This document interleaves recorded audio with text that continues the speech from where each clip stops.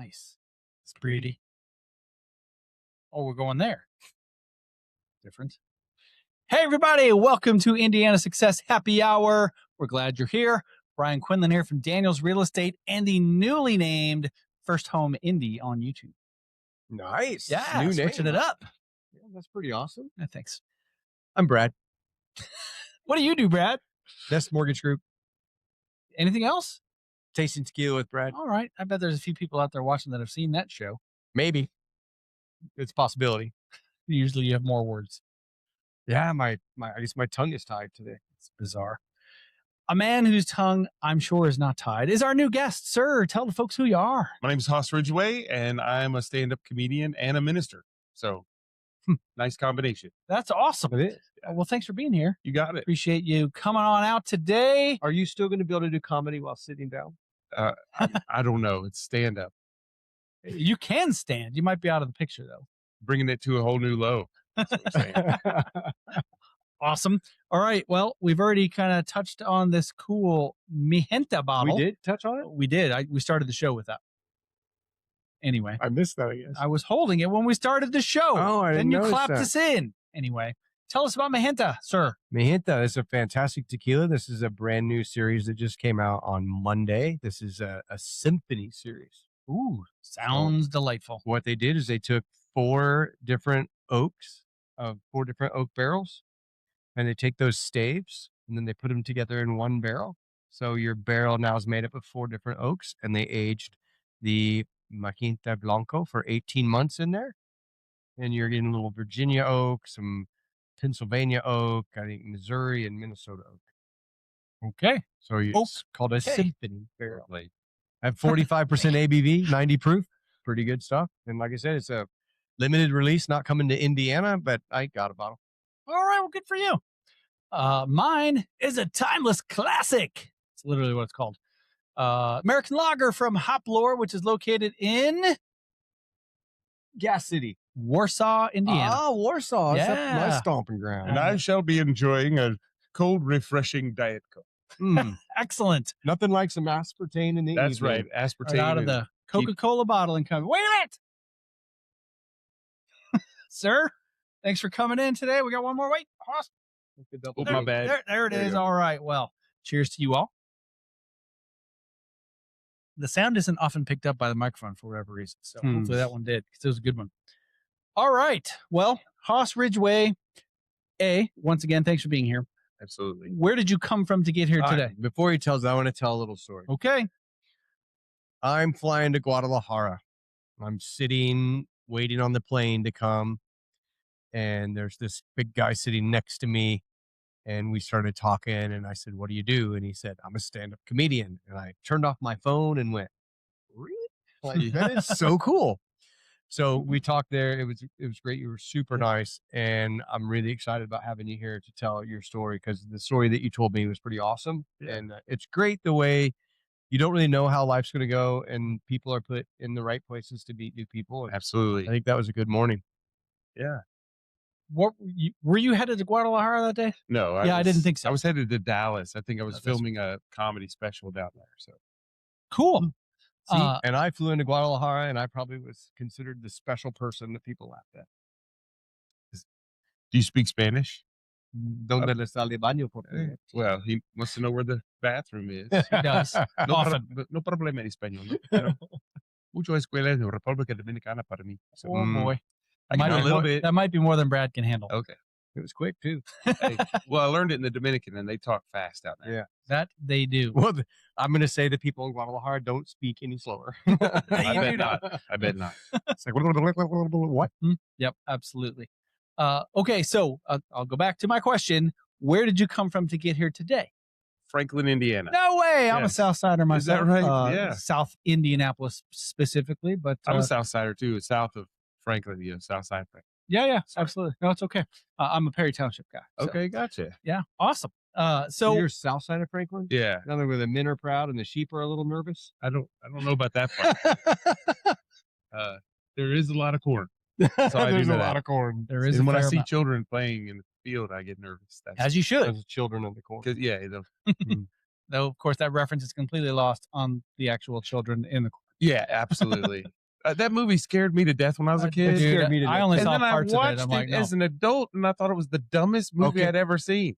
I was so terrified as a child. Yeah. I've never even attempted. Yeah. watching Oh, that it's as so cheesy now. I'm like watching it now, going, really? okay. And the special effects are terrible. So Yeah, What- special effects have come a long way. yes, What about Poltergeist? Like that one was terrifying as a kid. when he starts ripping his face off. yeah, that I've was never terrible. watched that Okay, one again. They either. moved the gravestones, but not the graves. As a realtor, anytime I see a house that's anywhere near a cemetery, Yeah, I'll be like, okay, have you seen Poltergeist? Because it's a little sketchy. You're right. not really going to sell the house very well doing that.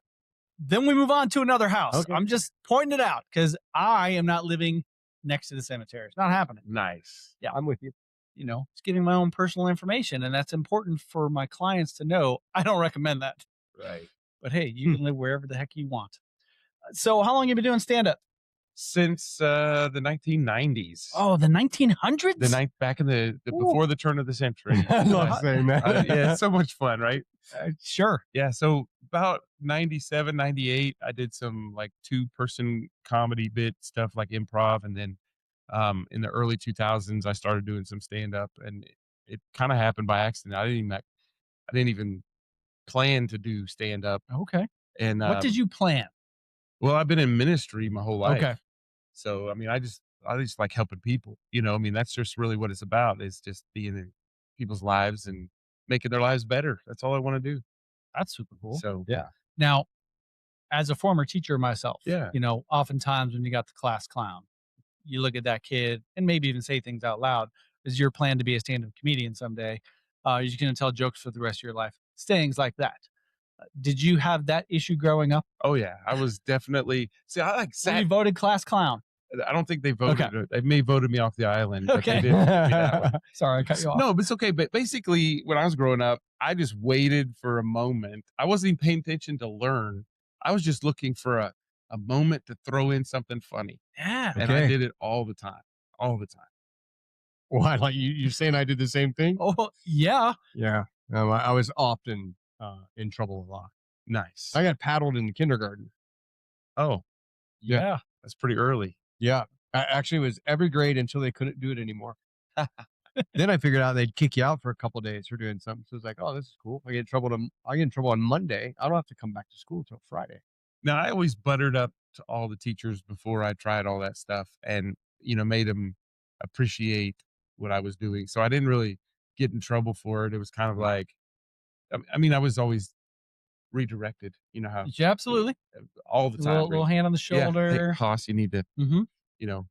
need to start working on your assignment. I was like, why would I do that? I'm not going to use this stuff. No. And now I use algebra. I didn't think I would. You use It's real. algebra?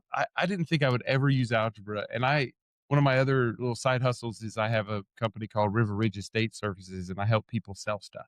Okay. So I have like a website called ICanSellThatForYou.com, which should have been a realtor's website, but I got it That's first. okay. And so I just help people sell. And so recently I come into some gold rings and stuff in a big estate I purchased. And that's where I learned that I used algebra again. Because you got to be like, what's the price of gold is X, times it's 10 karat gold, 0.412 divided by 20, and you get the price per spot weight. And then you have to, and all of a sudden I'm like, I hated math. Yeah. Like, I mean, I got a D in college in math, and I was like, finally, I passed. Right. And I'm like, you're using it all the time. So the majority of my 20 years of teaching, I was a middle school math teacher, Oh, 6th grade. God, I hated you. And that's not true. But I often, people would say to me, when am I ever going to use algebra? I don't use that. Honestly, algebra is a way of thinking. yes. It's less about the math of it, more about getting you to kind of logically think through processes of things. And in our lives, the X that people talk about from algebra is all about the unknown. Yeah. What do I got to do to figure out this thing I don't know? And that's truly what algebra is. I used to say, ChatGPT. yeah, right. True. I used to say that I broke up with math when they added the alphabet, and I was like, I don't That's a good care one. what your ex did or why she did it. And if she doesn't want to be found, why are we looking for her? There you go. Yeah. But that now I'm using it. Yes, you are. I'm Good trying for to- you. X marks the spot for gold is what I'm saying.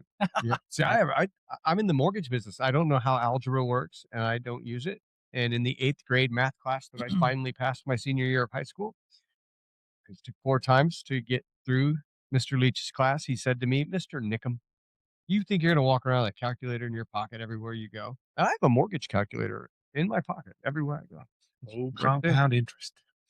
Yeah, I don't know how that works either. Me neither. I just know they get it from me all the time. You know, when you the mortgage, you're getting it all the way till halfway. Yeah.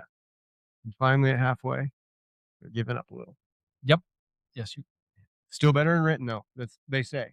So They they say say. I never rented. Well, so I they don't kept even- moving my rent in Franklin up towards almost a full mortgage payment. And when they got to that, they're like, "You're going to be paying $2,000 a month for this tiny little box that I can't even put a nail in the wall." I'm like, "I'm out." Yeah. And I bought a house. That's awesome. So, All right. So stand-up comedian and preacher. right. Where do you preach? Turning Point Church in Franklin. Okay. Yeah. How long have you been doing that? Well, I've been in Turning Point for 7 years, but I've been in ministry since 1992 Wow. when I was 18. No kidding. I was a youth minister, which, believe it or not, I was the same age as the seniors in high school. Yeah, you Right. are. So there's a 52-year-old person running around going, "Hoss was my youth minister." I'm like, please don't tell people. Yeah, listen, I'm not that old. I'm not that old. you look Right. good for 84. Yeah, I'm like, I'm looking great for 84. Yeah, it's crazy. So, I've So been doing a minute. what got you into ministry? Well, my father's a minister, Okay. and my uncle was a minister, and so I just saw that my whole life. And so in kindergarten, that's what I wanted to be. And I have 3 brothers, and 2 of them are ministers, Okay. and one of them is a disappointment. Yeah. Oh, we Just all have kidding. one of No, those. he's good. He's awesome, but he just doesn't do ministry. He's Yeah. a surveyor or whatever. so. He's a surgeon. He's a surgeon. He's Yeah. a surgeon. He's the successful one. He's making money. Right. He actually gets a paycheck. No, we do too. Just kidding. So when did your, I guess, official or professional stand-up career start? 2003. Okay. So basically, I was at this big conference for youth ministers in Nashville, Tennessee. There were like 500 people there, and a band was going to play that night, and they were running late. And my friends convinced the MC of this big event that I was a national touring comedian. Oh. And dude gets up there and Good says, friends. "Yeah," they gets up there and said, "The band is running late, and so we're going to ask Hoss Ridgeway, the comedian, to come up and entertain you for about 10 minutes." Look, most comedians start at like open mic, Right. Yeah. and do all that. This was hard your labor. first. This is number one. Oh my gosh. This is number one. Are you where I'm pooping your by pants myself. at this point? I don't know. I'm one of those people that I don't know any better than to try. I guess we're doing this. Yeah, I'm not afraid. I did look at those 3 steps and said, well, it's now or never, and Right. I did it. I did 10 minutes. Just did Chris Farley imitation for. Did you Oh. kill the whole time? I did. Well, I walked down that stage, went back out in the foyer to kind of catch my breath, and there was like 6 or 8 guys coming up to me saying, "Hey, can you come to Colorado? Can you come to Michigan? Can you come to Washington State?" It was like I started being booked all over the country, and they're like, "Do you have 45 minutes?" And Yeah. I didn't know I had 10. I didn't know I had to right, but I was sitting there going, "I'll be ready." And I went home, and the kids in the youth group were like, "You're going to do a whole stand up? You should tell this story. You should tell this story." The stuff that I told You them already made had them stories, laugh. Yeah. And I put together 45 minutes, and I went out and did my first show in Denver, Colorado, and killed. Dude. It was that's nuts. so cool. And I've been just booked ever since. It just a couple of years later, I had like 36 shows, and I was still a full-time minister. So, Wow. Yeah. Now, so have you done the mothership in Austin, no, the Joe Rogan's place? no, I haven't. Okay. Hopefully he's watching this. Oh, I'm and sure he's Sure, watching yeah. this. he knows what good comedy is. He does know what He good does. comedy is. He Yeah. does. What do you think of Kill Tony? It's an interesting concept. I don't want to do it. I think Kill Wait. Tony today is Oh, the is that a Joe Rogan thing? no. No. It's a touring thing. Oh, Yeah. no idea. I think Kill Tony is today to comedy what the Tonight Show was for comedy years ago. Mm. It breaks new comedians. It does. I mean, they come in. Of course, they're gonna bust their chops if they don't do well. So that's Right. why I'm like, I'm not their style of comedy. Right. You know, I'm not a. So there's a misnomer like that because I'm a minister or I'm a Christian that I do Christian comedy. Y'all, I do stand up. It's just regular stand up. I just don't Right. cuss, and I Right. don't have dark comedy or blue comedy. I just have clean. And so I'll go anywhere. I mean, I've been at Helium in Indianapolis when Crackers was open. I was doing that all the time. Been at Madam C.J. Walker Theater, and I'll be the only clean guy there, but I'm there doing Right. it, and I'm just doing stand up. You know, Well, I think Nate Bargatze, right? Yeah. Oh, was yeah. clean. And then Good. Jim Gaffigan's had a whole career. We went to see Nate when he was here at Indy last month, Oh yeah. and he had, it was either 4 or 5 openers. Yeah. And I have no problem with cussing. It doesn't offend me. I have no problem cussing myself, all of that. What stood out to me at the end of the night was there were 5 or 6 comedians and not a single cuss word the entire time. And it was hilarious.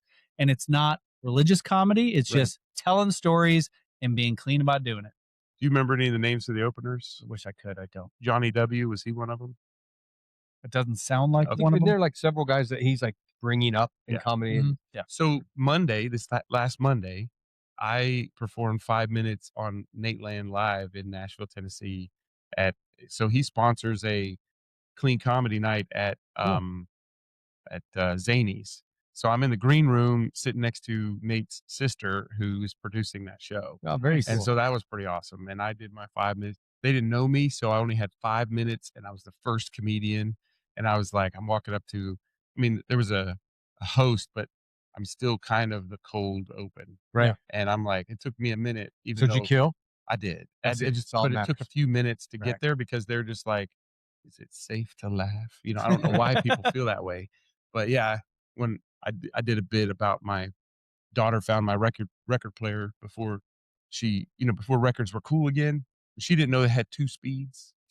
Mhm. So she thought I listened to music that sounded like shot to the heart. You're too good. And that's when I won the crowd. Right. So Yeah. they were mine for the rest of That's a the great 5 joke. minutes. Yeah, That's a thank great you. joke. And it's just fun to do that, you know. She's like, it's the demon music. I was like, that's what your grandma Well, called it Wait when till I you was a put it kid. on Yeah, right. 78. Yeah, exactly. The chipmunks are back. How's the Yeah. chipmunks? Exactly. Holy moly. That's awesome. I could have gone that way with that one. Yeah, know, you go the opposite. but way. just add- slow just is throw it kind in of there. fun. And then, yeah, You can but you add. put Michael Jackson on the slow speed, he sounds normal. No, right. Put him on 78 and you're summoning like Martians. Yes, exactly. Like, hee. Yeah. I've always wondered in the world of stand-up comedy, like, Yeah. what's the process for you like to develop a 45-minute show? Normally, you go to open mics and you try out new bits. They'll give you like 3 to 5 minutes, and you're just basically trying new material. And most of the time, it's to other comedians, and so that builds your not your confidence, but your ability to make it through when you're not winning the crowd. Mm. Because you do that every week. Some of these guys go 3 nights a week at these little places and do that. Basically, you start with for me, I start with a concept of where I want to go, and where I want to start. What's the opener? What's the closer? Where's my callbacks? The callback is just when you're referencing something that hit earlier, Mhm. and you use the same phrase again. And so you just kind of construct it that way. And not, I used to write a set list and all that, but I've been doing it for 20 years. So now it's just kind of like, how much time do I have?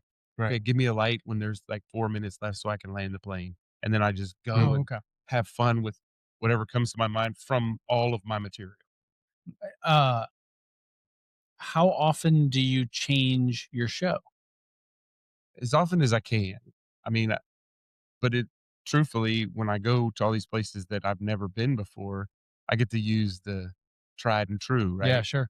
But I'm always trying to write something. I'm always texting my friends going, hey, this is an idea I have. And, I'm trying to put things together, and, like Hopefully you're I can see. I just got a new leaf blower. Listen to this. Right, exactly. obviously you rely on your friends and your family members Yeah. because they're the ones you kind of start the material with. Right.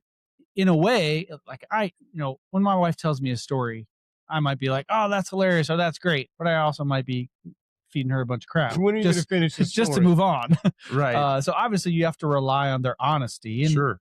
doing this for 20 years, I'm sure you're at a point where like, they're going to be brutally honest. Oh yeah, and my friends that are comedians will be honest with me because they know I'm reaching out to them like they reach out to me going, I have this idea. Right.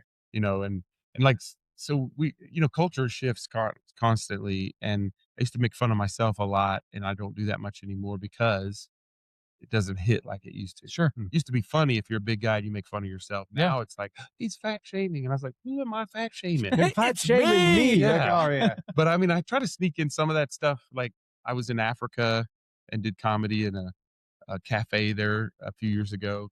and we went on safari, and we went on the Nile River and saw all these hippopotamuses or hippopotami, whatever they're called. I think the first one was correct. We're gonna just go hippos. Yeah, you know? go with that. I saw all these hippos, and the tour guide on the boat, he was like, "The hippopotamus is the most dangerous animal in all Africa." And I was like, "You have the lion." And he's like, Right. "Kills more people than the lion or the shark." And I said, "So what you're saying is in junior high, When they called you, they were complimenting me." Yes, exactly. absolutely. It's a brilliant joke. It is. Yeah. And I did that down in at the Nateland, and I got, oh, which means they loved me. Right. And I made fun of me, and they're Right. like, "Don't pick on Hoss, he's our friend." I was like, "I'm the one doing it." Right. It's just it's kind of like when you go to a ventriloquist and the guy in the crowd gets mad at the dummy. And you're like, It's the same guy. but that's a very good ventriloquist. Or this is true. Yeah. When people separate it completely, Yeah, when you think that puppet is alive, they guy's good at what he does. And for me, when they do that, I realize I have just turned and tipped the room to love me. Yeah. And so some of those are a little test in the water, when you're a big guy and you're on a safari in Africa, Yeah. and let's say you're wandering out, you get a little bit away from the group, and the lion sees you, Buffet. but then he turns and walks away. Does Uh-huh. it make you go, well, Am I what not the good heck enough? is wrong with me? Like, I think you're just happy he's turning away. I don't know. I think I would be like, "Wow, thank you, Jesus." I don't know. I don't know what I would feel a little offended. You'd Like, be like, bro, am I not good dude, enough for look you? at me. Like, I am a meal over here. There's some real muscle in here, Right, you know what yeah, I'm I saying? think- It's insulated, but it's Yeah, there. I'm a little spicy even. Right. Yeah. He just walks away. You have to be self-conscious about that because the lion decided to go hang out with a hippo. You'd probably just see me and say, "You had Taco Bell on the way over." Oh. I don't. Maybe it's He more looks offensive fast. if the lion attacks, but attacks someone else that's smaller, Oh, right next to you. right? And then Like, looks at you like, I'm right here. This Yeah. one's good. Because if it turns and walks away, you can think, oh, he just ate. He didn't got to eat for a while. But, if he's attacking a little person next to you, like, come on, man. That's the thing about being a giant person. If we did see a big, ferocious, apex predator out in the wild, they're not going after the biggest guy. So I'm good. Yep, that's true. I may be for sure. slow, but those guys are easier prey. That's all I'm saying. So how was that going to Africa? It was absolutely fantastic. I went to Uganda, Okay. and Okay. Continentally speaking, where is Uganda? so it's over It's right next to Urethra. Yeah. Get out. So you got Somalia and Uganda, Kenya, and below it is Rwanda, and So centrally so Africa. yeah, it would be like, it's on the east side of Africa. Okay. And it's towards the north. It's really on the equator, right on Okay. the equator. Gotcha. Thank you. You're welcome. Sorry to test your geography. It's okay. But I still don't know where. I can put the map on the screen. I mean, we've all been to zoos, right? And we've seen these animals in captivity, but it's another experience to be, we don't know what we're going to see, and we're out driving, right? And we're just hoping to run into, and so we ran into some lions, we ran into elephants and giraffes and so many, deer type looking, I forgot what they were. Sure. Antelope. Maybe antelopes or whatever. And then we had the wildebeests and the monkeys. And Saw some good stuff. it was amazing. It really was. That's really cool. So, Did you I do comedy while you were there? I did at a cafe for NGO people, so that's non-government officials. And so there's about 130 people from like Australia and England and Germany and France and Canada and America, all assembled in this cafe for my comedy. And I'm telling you, my best joke there was, "That's funny in America." Right? Because some things just did not hit. Yeah. They're like, "I don't get your husky jeans joke. Sorry, but I'm Brian, your Indianapolis realtor. If you are looking to buy or sell a house in the Indy area, I'm your guy. If you're coming from out of state, want to make a move to the Indy area, I'm your guy. Check out the show notes for a link. We can get in touch and get you started. Thanks for watching. Now back to the show. I'm like, well, That too kills bad. in America. It does. It Yeah. really does. So, okay, this is I listen to I listen to a couple podcasts and some of them talk about comedy. And one of the things I'm hearing is, the woke kind of ruined comedy for a little while. And now that's kind of going away. Because you said, oh, it's fat shaming. But I hear that's people are going, come on, be funny. And think- a little less of the, oh my gosh, we're going to cancel that guy. I think the people in our generation, I don't know how old you guys are, but I'm 52, but 57. so, 52. so in our generation, I think that we kind of were like, oh, we care about people. So everybody kind of got a little woke, Mhm. But then after a while, we kind of got to the point where like, I can't even talk. Right. Yep. And we're like, I'm done. I'm done. Right. I'm going to be respectful and I'm going to be loving and friendly, but I'm done trying to make everybody happy.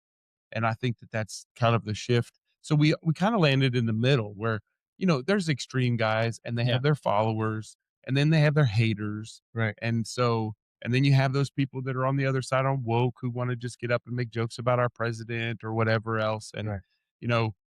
Everybody has their place in their lane, and I stay in it somewhere in the middle, not trying to be safe, but it's just that's my interest. Yeah. I don't have interest in being the shock guy. But we still can come home and watch Blazing Saddles and realize that was an absolutely hilarious movie that And couldn't it's not be made nearly today. as good today as it was then. It could Oh, not. you can watch the version that I hasn't can't. been de-woke. I'm like, it has nothing to do with woke or anything like that. It's just like watching the show. I'm like, it's just not as funny. I don't know. Well, it was in its time, as you might already know, was very important because it made fun of racism and all these other things. It made it so like ridiculous and that people could watch it and go, wait a minute, okay, I get it, right? Right. Just like Sanford and Son did, Right. and All in the Family did. They made fun of racism and the problems in society in a way to make you go, okay, really, that is kind of dumb. Yeah. Yeah. Yeah. I mean, like, because Sanford and Son, like, Fred Sanford had his Puerto Rican neighbor and he hated him, and you see all this bantering going on between them, and it kind of showed how ridiculous it was. Right. Archie Bunker had Archie Mr. Bunker. Jefferson. Yeah. Still hilarious shows though. Like when you go back and watch, it was. We shouldn't be afraid to approach different subjects Right. in a comical way to make people think, another way. Instead, it got to this point where you couldn't say anything. Yeah, and luckily I didn't have anything that I had to take out really, That's good. except for making fun of myself, And I didn't really do political humor at all. And I kind of get not canceled, but skipped over because I did appear on the Mike Huckabee show.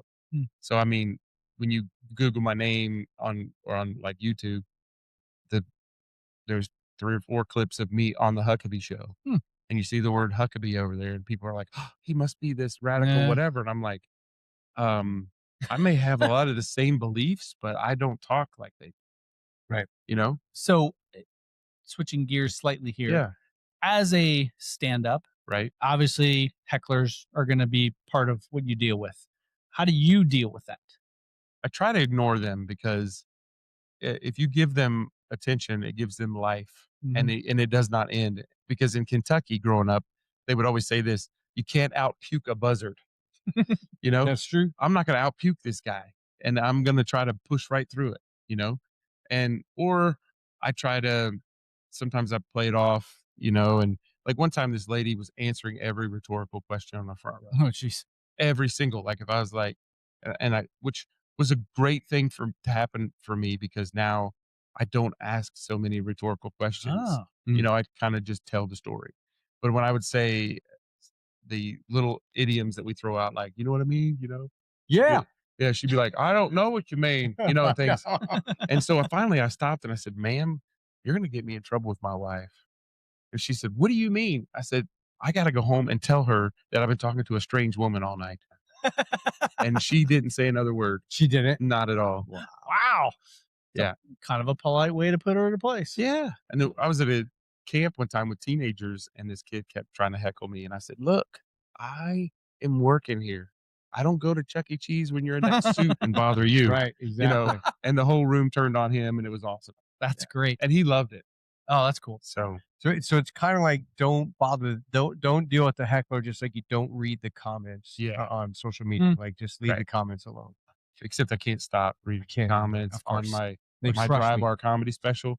They're all 90% of them are great. But It's the ones that bother one you, bad one it Yeah. just takes just one. crushes you. Well, that one guy on my dry bar comments, he said he eats his feelings because I'm a big guy, and I was like, actually, I still have a few feelings left, but I'm not really that hungry or something. I was just messing. It's like, how dumb of a comment is Right. that?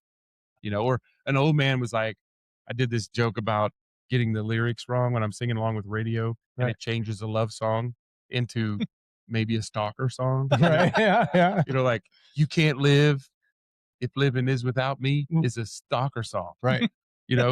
Or when I'm like singing John Legend is like, your head's underwater, but I'm breathing fine. It's like, he's like, I don't get it. I guess you have to know what I'm like. Stop trying so hard. Comedy is about shutting your brain off and enjoying the ride. Right. Yeah. Too many people go in there.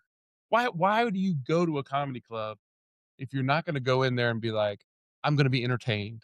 Too many people go in there going, Make me laugh, Make me laugh, clown. funny boy. let's see what you can do. Do your little dance on the stage. And I'm like, stop it. Do you dance? No. Okay. I've been in musicals. Oh, all Then right. you can dance. You know how to dance. Yeah. I was in Shrek the musical. I got to be Shrek.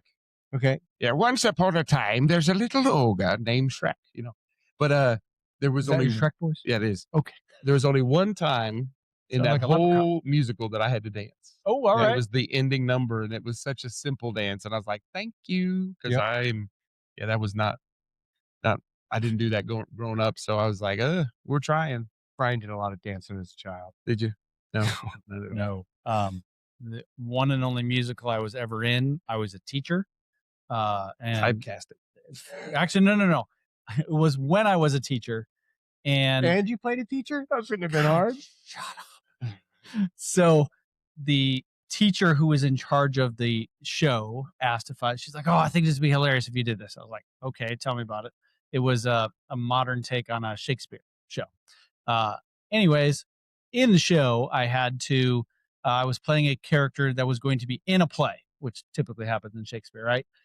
In this play, I had to dress as a woman, which I had always vowed to my wife, like even on Halloween, I'm like, I'm never wearing a dress. This is not happening. Well, in this show, in front of, the entire school, I'm in a dress. And I get the comedy. It was funny. It was great. The last bit of the show was everybody up on the stage doing a dance to Beyonce, All the Single Ladies. So here I am on the stage doing that. Oh, 100% doing that. And so anyway, yes, I have danced, but that's really about it. Man. Now, back to the question.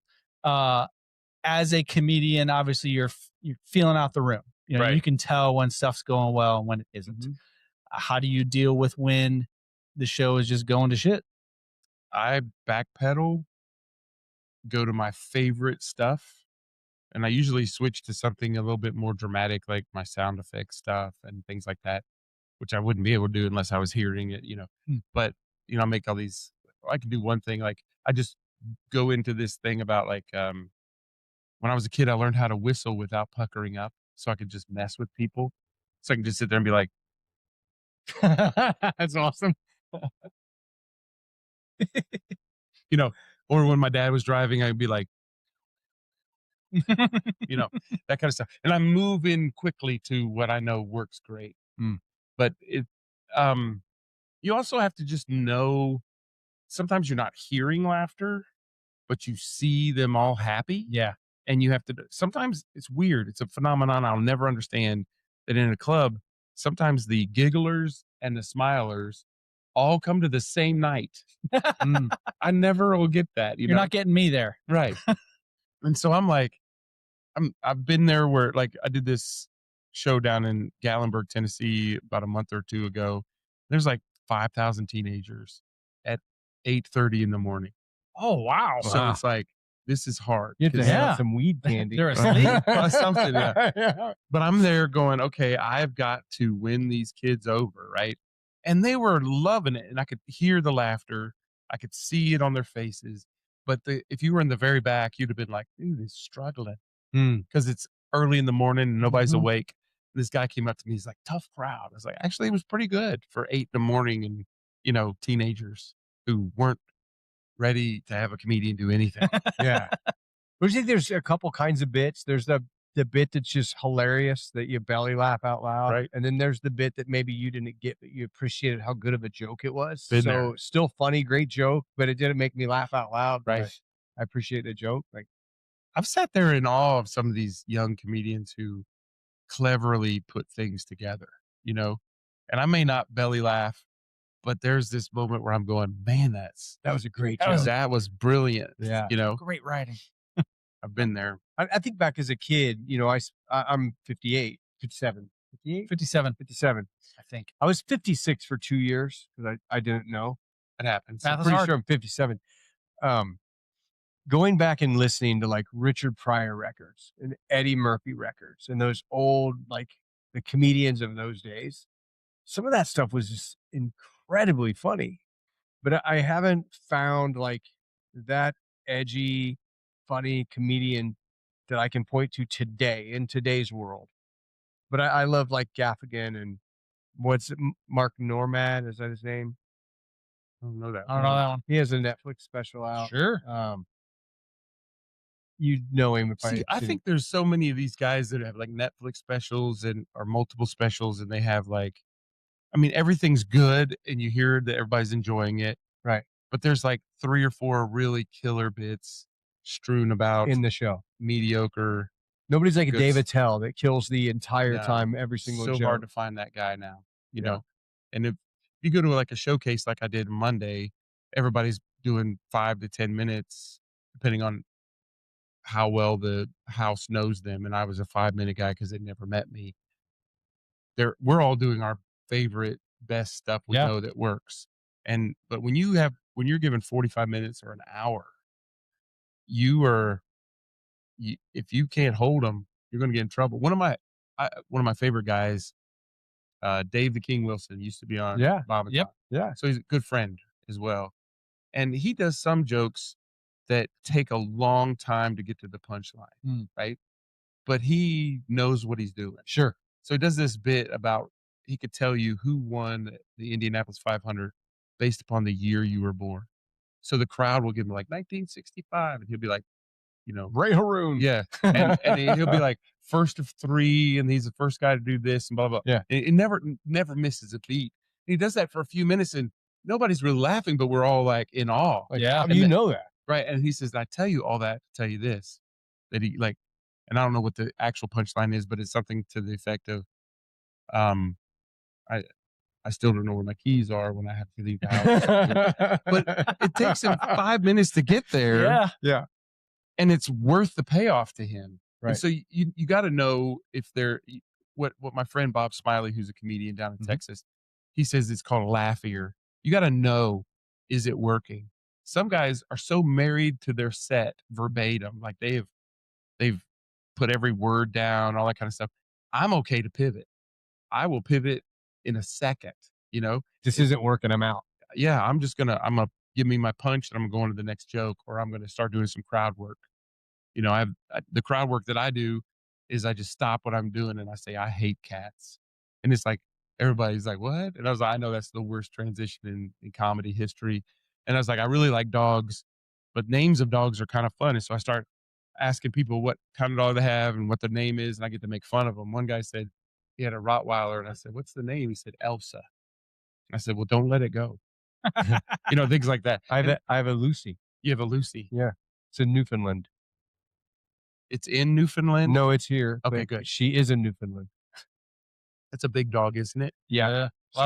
She came from Dildo Bay. It's a place in Newfoundland. No comment. Bob and Tom show. It's, That's how I know of Dildo, Newfoundland. yeah. Captain Dildo. He's like Exactly. in the town. And It's a real thing. as you know, I just got back from Iceland last night. And Why would you go to Iceland? in Iceland is the Phallic Museum, an went absolutely there. fascinating place to visit. And I was thinking about Dildo, Newfoundland often while walking through there. But yeah, it was fascinating. But it's real. Do No you feel comment. bad when gay guys don't hit on you? But they do. I'm a good looking man.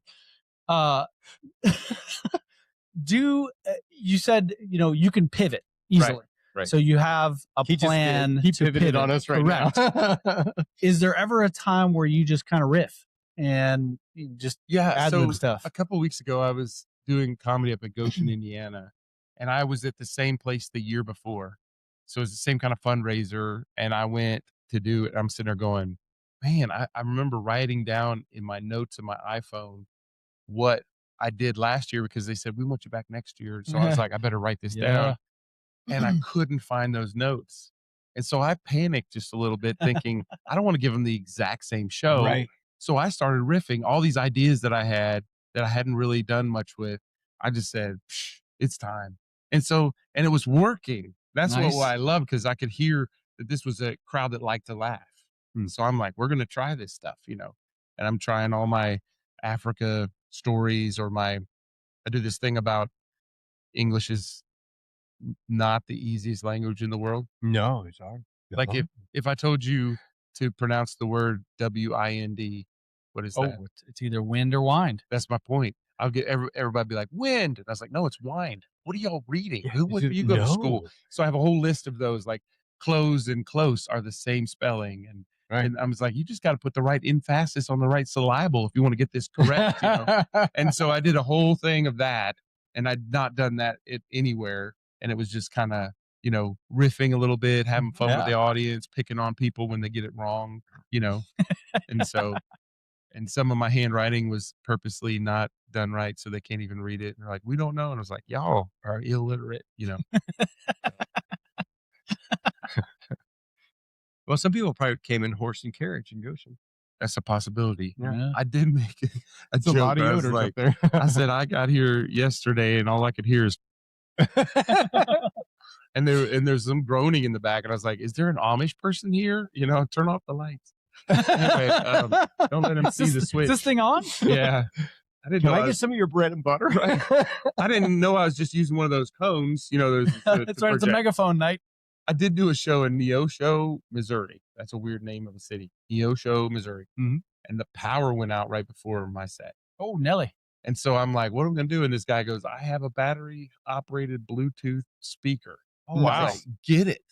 And then every person in the room had their phone light on. Oh, and nice. We're in this room, and I'm using a handheld microphone on this battery power, and killed. That's 30 awesome. minutes. Great. 30 minutes. I did it in the dark. It was great. That's fantastic. I recently, I do some PA work and MC stuff every now and then. I was recently PA for the indoor percussion show down at Center Grove. Nice. And in the middle of the show, my speakers and microphone went dead. Actually, the microphone went dead. So as they're scrambling to find me a new microphone, I'm looking at the guy downstairs in charge of timing the groups, which is very important for indoor percussion. And I was like, as we all know, I can't, like, the time doesn't start until I announce them. Like, I got nothing. I go, I can shout it if you need me to. Right. Break out the old teacher voice there, and then somebody runs up with a microphone, and I was good. But yeah, I know what you're saying. Sometimes it's like, well, got to go with what we got. That's right. And one time since I have ADD really bad, I'll trip over my words because I'm thinking of not just what I'm saying now, but the three things I'm going to say after all at the same time. Mm-hmm. And I was in Kentucky, and I was trying to do this bit about, I used to think I listened to rock and roll, but it turns out 80s rock and roll is really country music. Absolutely. And it's so true. And I started singing all of John Bon Jovi songs with the country twang. Shot to the heart, and you're to blame, darling. You give love a bad name. And everybody's cheering, But right when I'm leading into that bit, I said, I used to like to rock. I was trying to do, and I was country. I thought I was, and I'm like falling apart, right? So I stopped and I started hitting on the microphone, and I was like looking at it like it was broken. You know what I mean? Like, so riffing is there. And then I brought it back out to my mouth, and I was like, bienvenidos aquí. No, sorry, I put it on Spanish. Exactly. And those two things, I stole those ideas on stage in my mind that fast from two different movies. The Spanish was from Toy Story. Mm-hmm. Switch him back to English. He's on Spanish. Buzz Lightyear was on Spanish. And the other was just from Fletch. When I started going, you know, and he would do that on the phone kind Yep. of thing. Yeah. So, I mean, I instantly remembered those two scenes and put them together as my recovery. And it was actually a really good video on TikTok that That's I great. put up there. Like, here's how you recover on stage. So which makes you more nervous? Stepping out on stage at a comedy show Okay. or showing up on Sunday morning before you're going to preach to a crowd? Man, I'm going to say comedy Yeah. because it's a weird thing in my mind because almost all of my bits have some truth to it, but all of them absolutely have a whole lot of storytelling, Sure. as in not true. Mhm. Right. And as a person who believes in truth, I'm being truthful. I get to the backstage and I'll be like, they're going to find out I made up all this stuff and get mad at me. And then I Yeah. go, oh yeah, that's comedy. Right. So I think that comedy makes me nervous in the sense that I just want it to go well. I care about the people who paid money to come see me or the person who paid me, $50,000 to do the show. No one has yet, but I'm hoping. Speak it into the universe. That's right. Hot dog. It's like, and here's my Venmo. No, I'm just kidding. So, We'll you know, put it on the that's- screen. Keep going, but I have something to say about Venmo. Keep going. so I get really nervous for that for preaching. I used to, but I've been doing that since I was 12. And so I'm usually just excited to get up there and share everything I've worked on all week. So Jason Danger Nunley. Yeah. Justin Danger Nunley. Justin, yeah. So he showed a video the other day. Hi, Justin. There's a guy that said, when people tell me I'm broke, I'll give you $2,000. I'll just Venmo it to you. And he's like, you got holes in your sweatshirt. How here's my Venmo. Send me $2,000. Of course, nothing happened. Right. But he posted that video. So then somebody said to him, well, I'm broke. You send me $2,000. So he thought that was funny. He said, so I'm going to request $2,000 from that guy. But he paid him $2,000 on accident. So he realized when you're going to play jokes with Venmo and money, you have to really pay attention to what you're doing. yeah, So he said, fortunately, the guy was nice enough that he realized I accidentally sent him the $2,000. So he sent the $2,000 back to him. And I sent him $200 because his daughter's bike got stolen and he was waiting to get a paycheck to buy her a new bike. And then there's a video of the daughter that is saying awesome. thanks to Justin. And he's like, so next time you're screwing around with Venmo and you think you're being funny, pay attention. Make sure it's on receive. But if somebody does have an extra $2,000, it's at Hoss Ridgeway. So- Okay. Yeah. Good We'll to put know. that on the Y'all know. screen. Send it out there. And when my phone dings, I'm just going to be like, Woo! I'm Hot going to dog. name my next pet after you because we're not having any more children. I'm Okay. glad that I was on this success happy hour. That's right. So how can somebody book you? So all they have to do is find me on social media, like on Facebook. Just look for Hoss Ridgeway. I'm pretty much the only one. You can go on to Instagram at Hoss Ridgeway or at Hossage, HOSSAGE. Hostage. Nice. Yeah, and or you can just go to hossridgeway.com and fill out the form on there, and we'll get with you and work with your budget and Cool. hope you have a really big one. Earlier in the show, you mentioned Dry Bar Comedy. What is that? So Dry Bar is made by Angel Studios out in Provo, Utah, and they've filmed like over 200 comedians. Like Rob Schreiner did his. Is that his name? Rob Schneider. Schneider. Yeah. Yep. Just did one, and I mean, like Adam Carell did one. And it's all clean, Right. And Adam was struggling to be clean. Is Oh, I Rob bet. clean? He can be. Right now he's very political. I know that. Yeah. But I didn't know. So he went out and he did a clean, did a clean 20-minute set. And Yeah. so they put all these guys out. And so about 3 years ago or so, I flew out to Provo and filmed my 20-minute. It's you can see it on YouTube or on Facebook on their site, and it's about to be on Angel's television channel, and I think that's through Comcast. You can so hopefully I'll make money in the future. I haven't yet, but over the last There's always that chance. right. But over the last couple of weeks, they started dropping some of my little clips, and it's 400 and some odd thousand views at this point. So Whoa, very nice. I feel And it. we've put your Venmo on the screen, so money's just going to start showing that's up. what I She's need. gonna ding everywhere you go. Ding, ding. Yeah, I could use it because the time chain went out in the truck, and I'm driving my son's car. Oh, Yeah. good grief. Timing chains always have bad timing. They do, especially in my truck. that I'm out of tequila. Yeah. That's what's I up. know. That's what's up. We're about Well, done we with the know it's show, empty we're because out. you made a bad joke. Is that what he's Every saying? time when I run out, bad joke. You're gonna pour more of that. That's Well, really just- hard to get. I just- can't get any more of it. Here you go. Anything else for the good of the show? No? So funny story about I was golfing in a fundraising tournament one time. I'm not a very good golfer. Excellent. And you could pay $10 to drop your ball in this hula hoop out Oh, at yeah. 100 yards out of a par 5. Mhm. And it was but you get entered into this whiskey Mhm.